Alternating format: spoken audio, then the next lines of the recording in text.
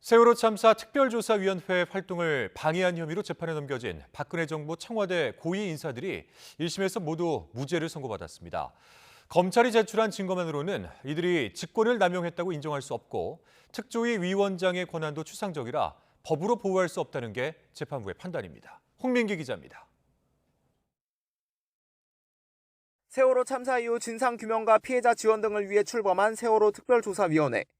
하지만 핵심 실무자인 진상규명국장도 끝내 임명하지 못한 채 1년 반이라는 활동기간도 채우지 못하고 막을 내렸습니다. 이후 특조위는 박근혜 정부 당시 청와대 고위직 인사들이 조직적으로 활동을 방해한 사실을 확인했다며 검찰에 수사를 의뢰했습니다. 청와대 관계자와 정부 여러 부처 관계자들이 포괄적으로 관여된 박근혜 정권 차원의 전방위적이고 체계적인 국가적인 범죄 행위였음을 확신하게 되었습니다.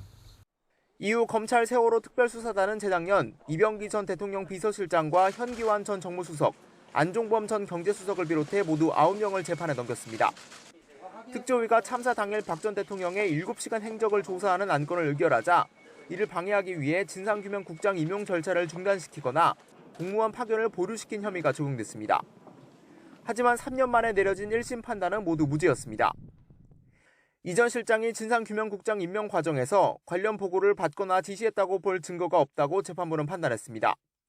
특조위의 공무원 파견을 보류하는 과정에서도 검찰이 제출한 증거만으로는 이 전 실장을 비롯한 고위 공무원들이 관여한 사실이 입증되지 않았다는 게 1심 결론입니다. 특히 재판부는 세월호 특조위원장이 권한이 추상적인 점을 들어 직권남용죄의 보호 대상에 해당하지 않는다고 봤습니다.